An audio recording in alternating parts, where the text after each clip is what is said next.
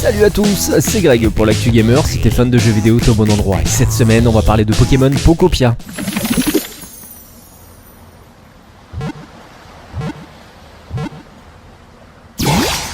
Depuis le séisme culturel provoqué par Animal Crossing New Horizons en 2020, la couronne de la simulation de vie sur Switch semblait indéboulonnable. Si les Sims règnent sans partage sur PC, Tom Nook et ses créanciers mignons ont carrément verrouillé la machine hybride.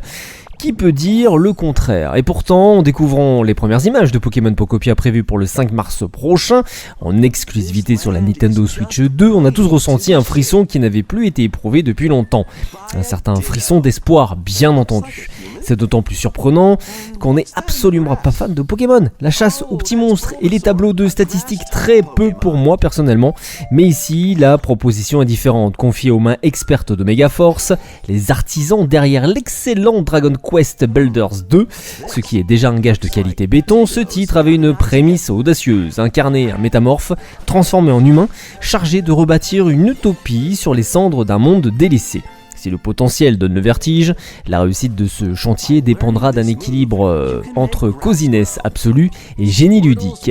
Pour espérer détrôner le maître, Pokopia a l'intelligence de ne pas le singer. Le coup de génie réside dans l'intégration des capacités de monstres au cœur même de l'ingénierie de construction. Cette fois, on ne capture pas pour faire la bagarre dans une arène, mais on se lie d'amitié pour bâtir une petite ville trop mignonne.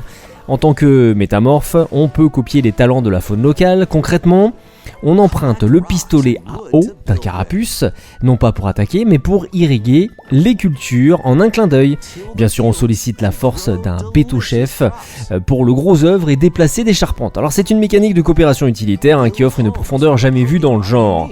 C'est une promesse de gameplay qui dépasse la passivité d'Animal Crossing. Ici, chaque modification de son environnement est le fruit d'une interaction vivante.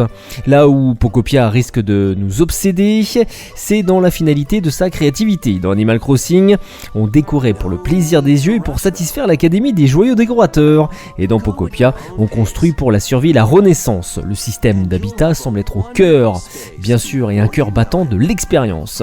Sortie prévue donc sur la Nintendo Switch 2 à partir du 5 mars prochain.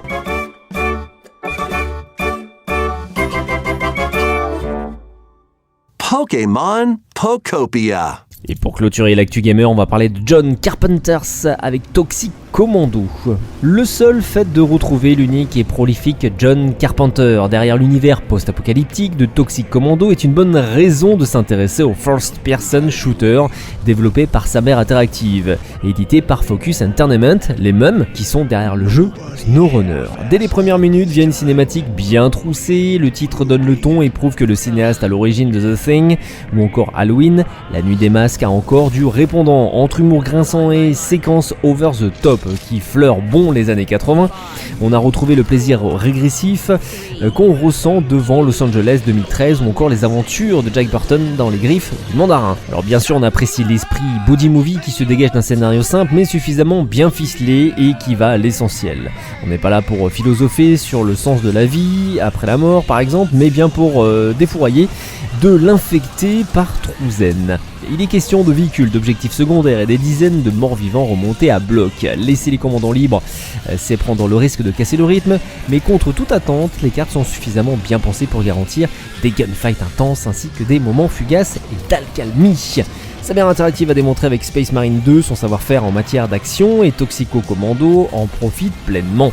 Les affrontements sont violents, à couteau tiré dans les niveaux de difficulté les plus élevés et le ressenti arme en main y est pour quelque chose. Si vous avez envie de mettre la main dessus, je vous rappelle que ça s'appelle John Carpenter's Toxic Commando qui sort justement en ce mois de mars, c'est-à-dire le 12 exactement sur PC, PS5 et Xbox Series.